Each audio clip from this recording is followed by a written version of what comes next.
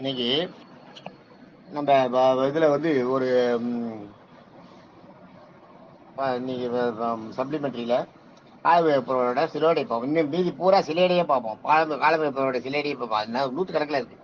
இதில் நம்ம மற்றதெல்லாம் கொண்டு காலமைப்பரோட சிலேடை பாடல்களை நம்ம பார்க்கல. சிலேடை பாடல்கள் அருமையாக இருக்கும். எல்லாமே 2 கருத்துக்கள் இருக்கும். ஒரே பாட்டுக்கு 2 அர்த்தம் இருக்கும். அதான் இதில் என்ன சொல்றாருன்னா, பாம்புக்கும் வாழைப்பழத்துக்கும் சிலேடை. இந்த பாட்டில் இந்த பாட்டை கவனிங்க. நஞ்சிருக்கும் தோல் உரிக்கும் நஞ்சிருக்கும் தோல் இருக்கும் நஞ்சிருக்கும் தோல் உரிக்கும் ஆதர் முடி மேலிருக்கும் வெஞ்சினத்தில் பல்பட்டால் மீளாது வெஞ்சிமலர் தேன்பாயன் சோலை திருமலைராயன் வரையில் பாம்பாகும் வாழைப்பழம். இது அவர் பாடின பாட்டு. எல்லா பாட்டையும் நான் சொன்னேன். திருமலைராயனை வந்து அவர் எப்பயும் கொஞ்சம் போது சொல்லுவார். அவரோட ஒவ்வொரு பாட்டிலையும் ஒரு வரி அவனை கொண்டு வருவார். அந்த திருமலைராயன் அவன் வந்து நிறைய அவருக்கு சப்போர்ட் பண்ணியிருக்கான் இவரோட வாழ்நாளில். பாட்டு வந்து நஞ்சிருக்கும் தோல் உரிக்கும் நாதர் முடி மேல் இருக்கும் வெஞ்சினத்தில் பல்பட்டால் மீளாது வெஞ்சிமலர் தேன்பாயும் சோலை திருமலைராயன் வரையில் பாம்பாகும் வாழைப்பழம் அப்படிங்கிறத பாட்டு. இங்க பாம்புன்னு எடுத்துப்போம். நஞ்சு இருக்கும், பாம்புக்கு விஷப்பல் இருக்கும், உள்ள நஞ்சு இருக்கும். தோல் உரிக்கும், பாம்பு தோல் உரிக்கும்.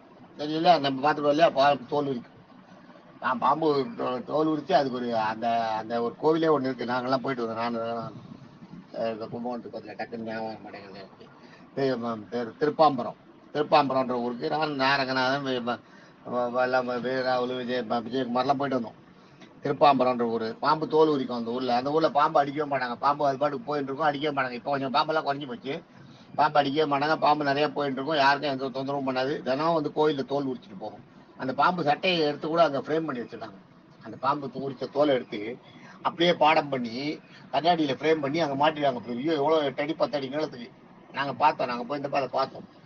கேரளாவில் நான் விஜயகுமார் ரங்கநாதன் போனப்போ அதை பார்த்தோம். அந்த பாம்பு தோல் உரிச்சதை அதை எடுத்து ஃப்ரேம் பண்ணி வச்சுருக்காங்க. நஞ்சிருக்கும் தோல் உரிக்கும், பாம்பு தோல் உரிக்கும், நாதர் முடி மேல் இருக்கும். நாதர்ன்றது பரமசிவன் இந்த இடத்துல, முடின்றது அவர் தலைமையில. நாதர் முடி மேல் இருக்கும். வெஞ்சினத்தில் பல்பட்டால் மீளாது. கோபத்தோட பாம்பு கடிச்சதுன்னு வைங்க, உள்ள விஷத்தை இறக்காத மறுபடியும் பல்ல வாயை எடுக்கவே எடுக்காது. பாம்பு கடிச்சிருதுன்னா விஷத்தை எடுக்காம பால அது உண்டு. அது சில நேரத்தில் உண்டு. பாம்பு வந்து நாய் மாதிரி கவ்வும் சில நேரத்தில்.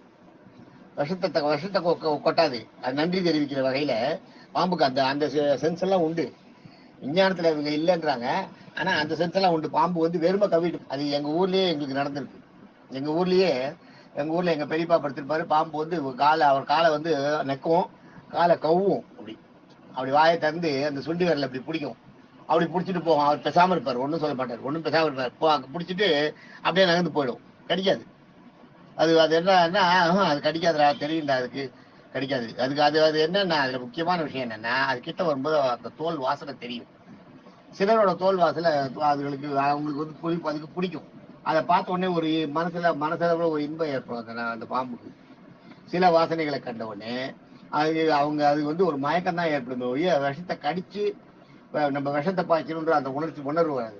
கோபமும் சீற்றமும் ஆபத்தும் வரும்போதுதான் பாம்பு கடிக்கும் போது தானா அந்த விஷப்பை திறந்துட்டு அந்த பல் வழியா விஷம் உள்ள வரும், நம்ம உடம்புக்குள்ள பாயும்.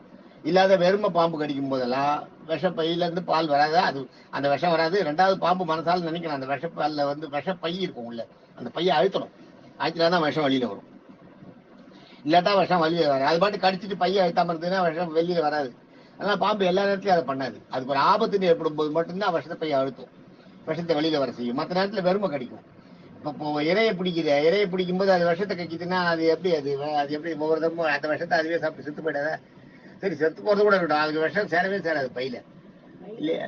இறையை பிடிக்கும் போது அப்படிதான். இறையை பிடிக்கும் போது ஒண்ணும் பண்ண முடியாது. அதான் நஞ்சிருக்கும் தோல் இருக்கும், நாதர் முடி மேல் இருக்கும், வெஞ்சினத்தில் பட்டால் மீளாது, விஞ்சி மலர் தேன் பாயும் சோலை திருமலை ராயன் வரை. அதான் இது வந்து அந்த அவருக்கு பிடிச்ச அந்த அந்த ராஜாவை சொல்றது, திருமலை ராயன்ற அந்த ராஜாவை. பாம்பாகும் வாழைப்பழம். இது பாம்பு காண்டு. வாழைப்பழத்துக்கு பார்த்தீங்கன்னா, வாழைப்பழமானது நஞ்சு இருக்கும். நஞ்சுன்னா நைந்து போயிருக்கும் அப்படியே. வாழைப்பழம் பார்த்தீங்கன்னா ரொம்ப அப்படியே சாஃப்டா இருக்கும், அழுத்தா அப்படி அழிஞ்சிடும். நஞ்சு இருக்கும், தோல் உரிக்கும். அந்த நான் வாழைப்பழத்தை நம்ம உரிச்சு தான் சாப்பிடுறோம் இல்லையா? தோல் உரிக்கும். நஞ்சிருக்கும் தோல் உரிக்கும் நாதர் முடி மேல் இருக்கும்.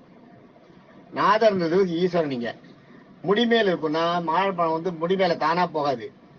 அது வந்து பஞ்சாமிரதமா ஒழிச்சு போடுறாங்க இல்லையா? அதான் நாதர் முடி மேல் இருக்கும். பஞ்சாமிரதத்தை ஈஸ்வரன் தலையில போடுறது, அதான் நாதர் முடி மேல் இருக்கும். நெஞ்சிருக்கும் தோல் இருக்கும் நாதர் முடி மேல் இருக்கும்.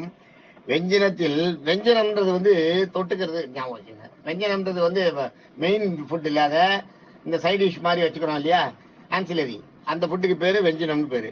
வெஞ்சனத்தில் பல் பட்டால், அந்த அந்த நம்ம பல்லு அந்த வாழைப்பழத்தை வச்சுட்டோம்னு வைங்க, பல் பட்டால் மீளாது. அதுக்கப்புறம் அதை நம்ம துப்புறதே கிடையாது.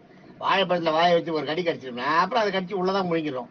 அது துப்புறதுன்றதே கிடையாது. மற்ற பொருள் மாதிரி கெட்டு போச்சு நல்லா இல்லை துப்புறதுன்றதெல்லாம் வாழைப்பழத்துல கிடையாது. அதுதான் சொல்ல, வெஞ்சனத்தில் பல்பட்டால் விழாது. விஞ்சு மலர் தேன்பாயும் சோலை திருமலைராயன் வரையில் பாம்பாகும் எலுமிச்சை. இது வாழைப்பழத்துக்கு அருமையா ஃபர்ஸ்ட் கிளாஸ் பாட்டு. இது காலமேக புலவர் பாட்டு.